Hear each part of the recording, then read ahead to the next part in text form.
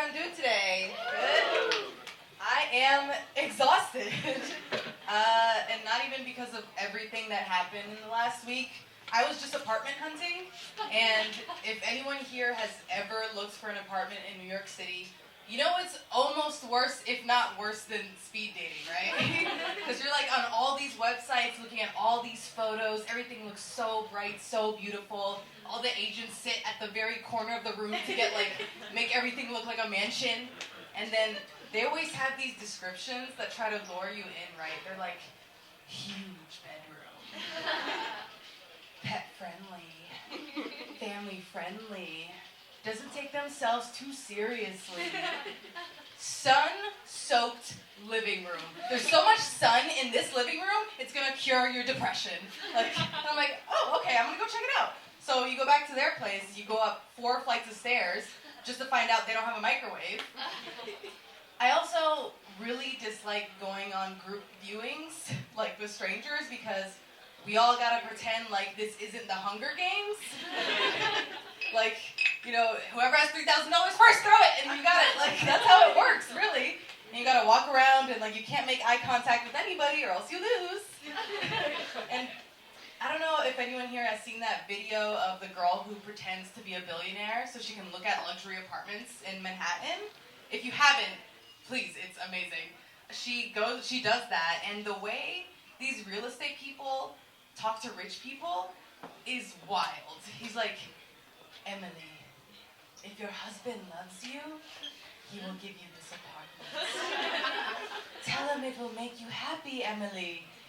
This will make your dreams come true. This is your moment, Emily. Join us. Like, why do rich people get to join a cult?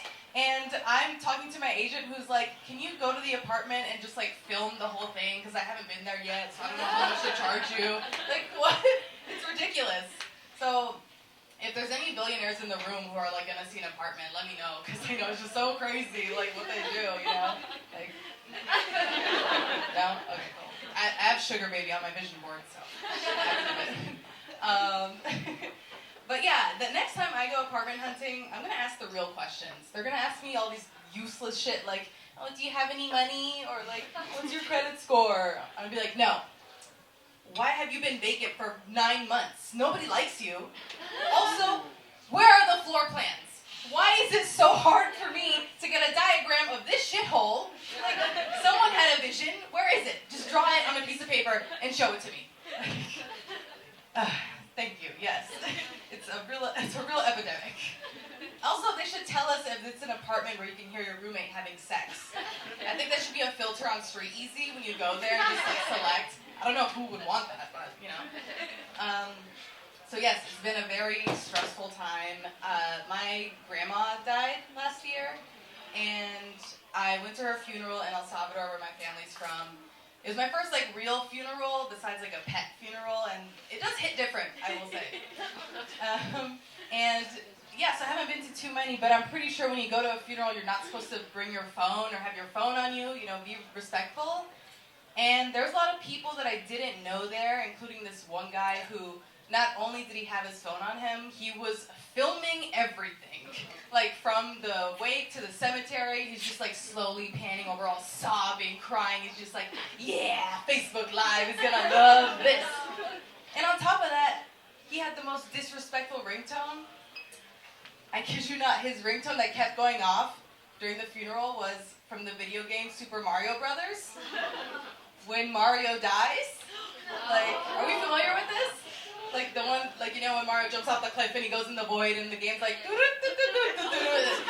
a jolly jingle, right? Exactly what you want to hear when your grandma dies. So, and I'm sure he thought it was harmless and was just oh, Super Mario, so fun. It's just no!